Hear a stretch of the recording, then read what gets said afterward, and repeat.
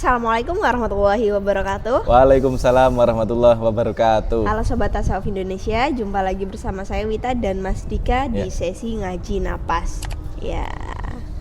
Oke, kali ini kita akan membahas salah satu topik yang kita sering lakukan setiap hari, hampir setiap hari.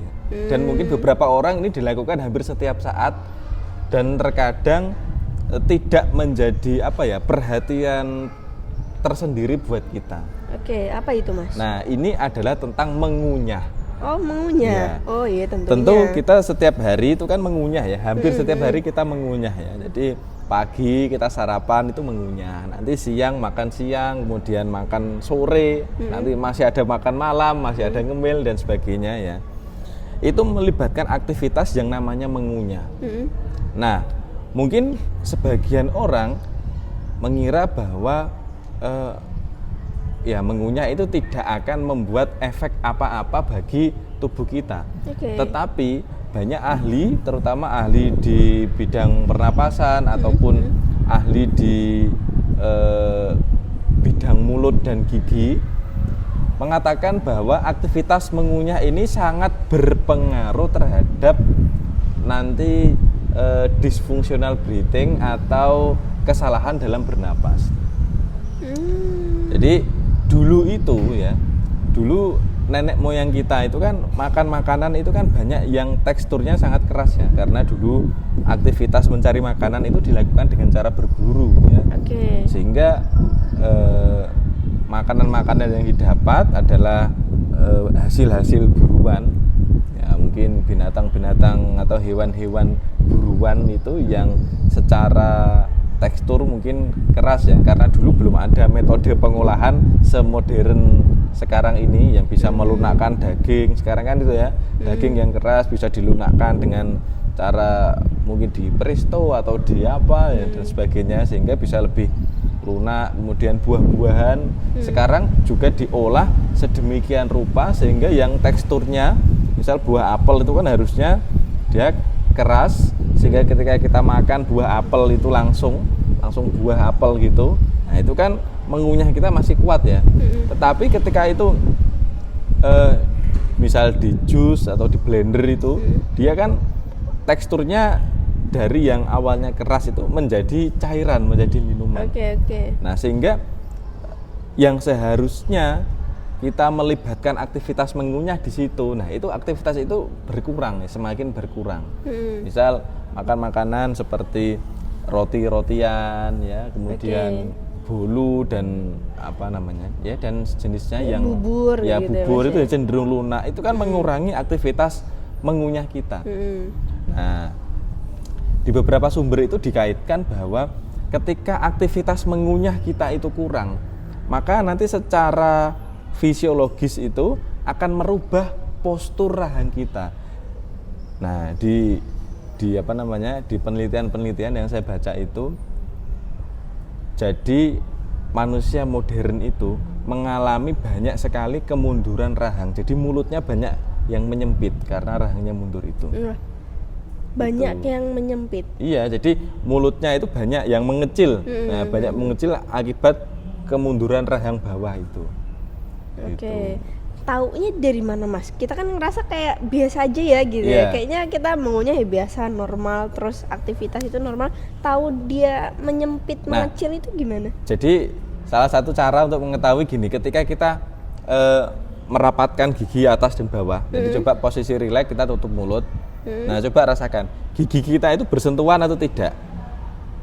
Ya, beberapa orang nanti banyak yang gigi atas dan bawah ini dia nggak bersentuhan, tetapi gigi bawah ini dia lebih mundur ke dalam. Iya sih. Kalau dilihat itu salah satu indikatornya itu.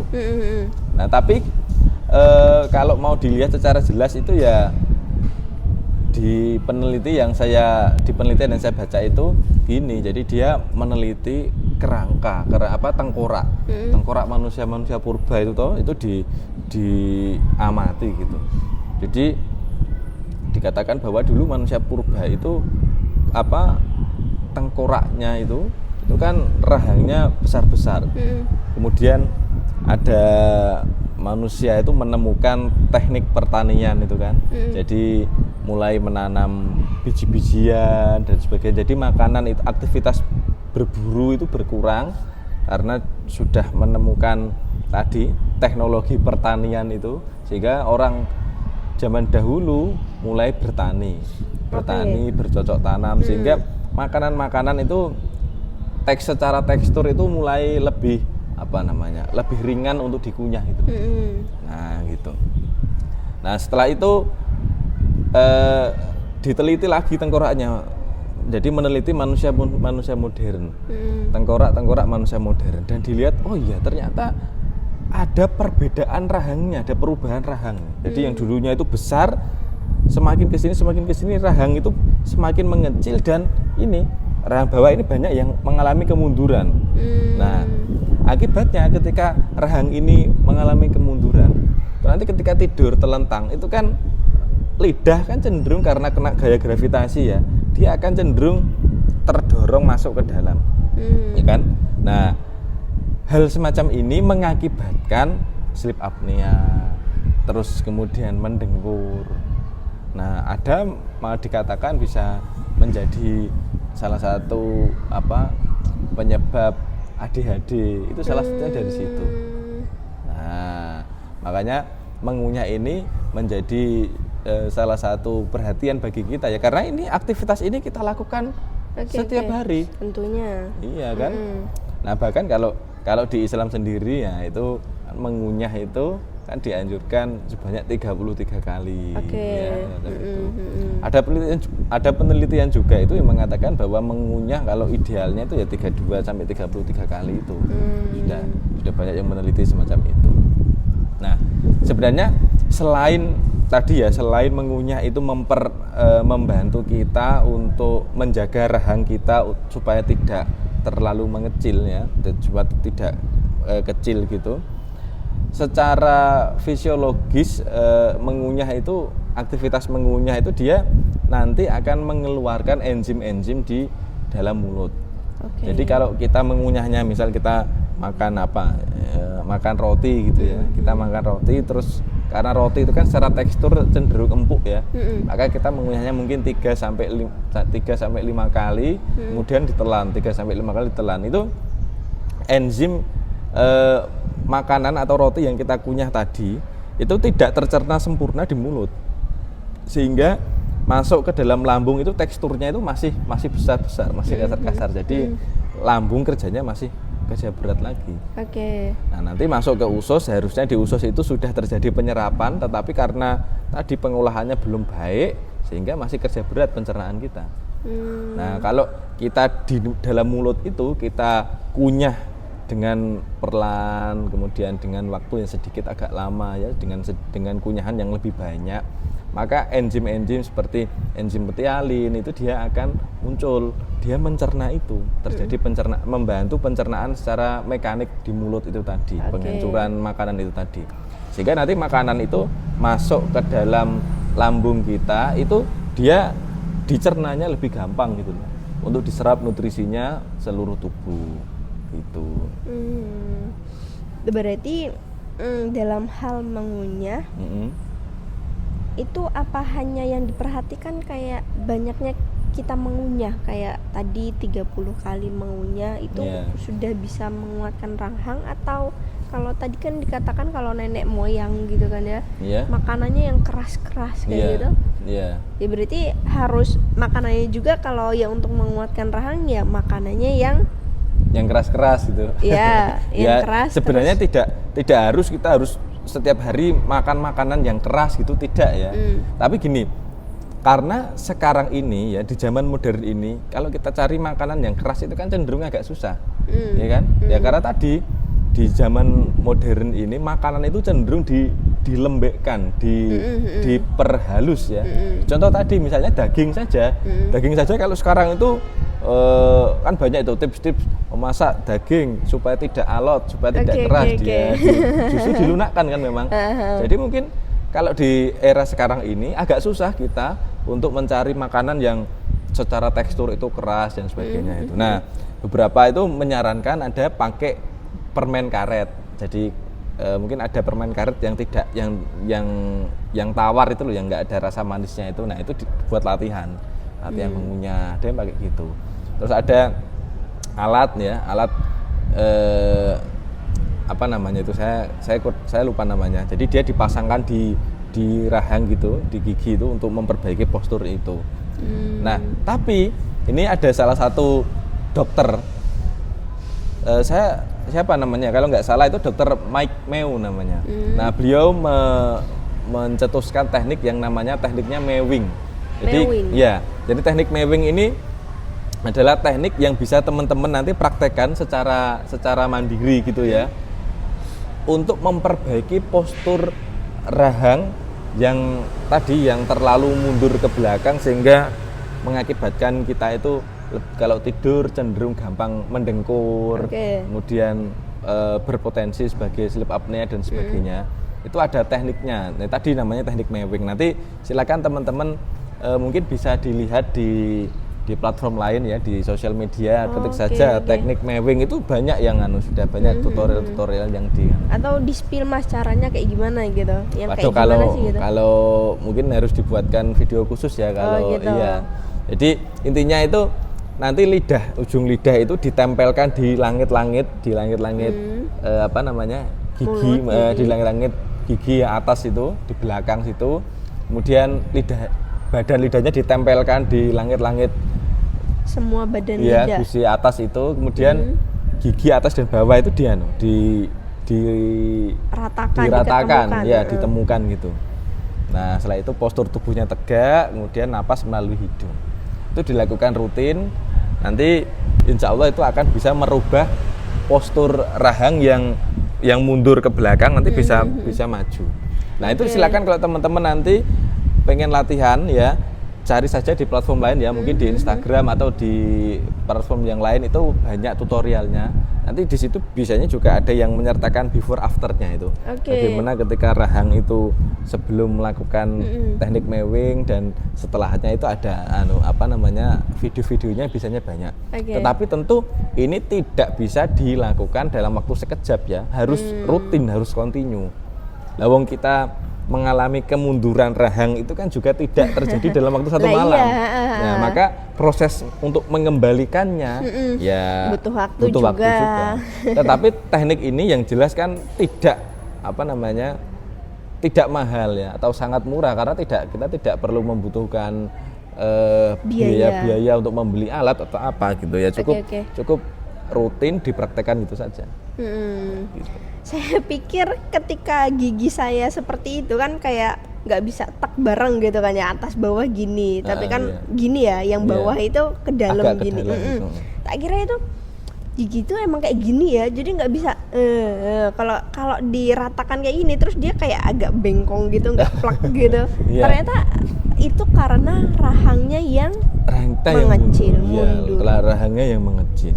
Ya mungkin memang tidak harus rata simetris gitu ya, tetapi banyak sekali orang-orang yang mengalami dysfunctional breathing atau kesalahan dalam bernapas itu, kemunduran rahang bawah itu, pengecilan rahang bawah itu terlihat sangat signifikan. Ya, jadi mungkin kalau bercermin dari samping gitu akan sangat terlihat bahwa rahang bawah ini dia akan sangat mundur. Nah, jadi kalau rahang bawah ini mundur, sehingga napas kan akan lebih mudah melalui mulut kan. Nanti napasnya akan terdorong untuk melalui mulut, enggak melalui hidung. Nah, semakin kita bernapas melalui mulut, nanti akan semakin mempengaruhi rahang kita ini. Apalagi ketika tadi ya, makan kita itu cenderung makan makanan yang lunak, sehingga aktivitas mengunyah kita itu berkurang. Ya sudah, nanti akhirnya akan terjadi hal-hal yang semacam itu. Berarti hal yang justru mempermudah kita untuk makan itu justru kurang bagus buat fisiologis tubuh kita ya. Gitu ya, memang justru ya. Di satu sisi itu kan akses kita untuk makan itu jadi lebih gampang ya. Jadi caranya lebih gampang karena tidak perlu mengunyah secara keras dan banyak gitu. Tetapi di sudut pandang yang lain, nah ini kita coba melihat dari sudut pandang yang lain, bahwa ternyata kalau aktivitas mengunyah kita itu berkurang, nah justru malah yang terjadi ya hal semacam ini. Oh iya. Nah, gitu. Oke.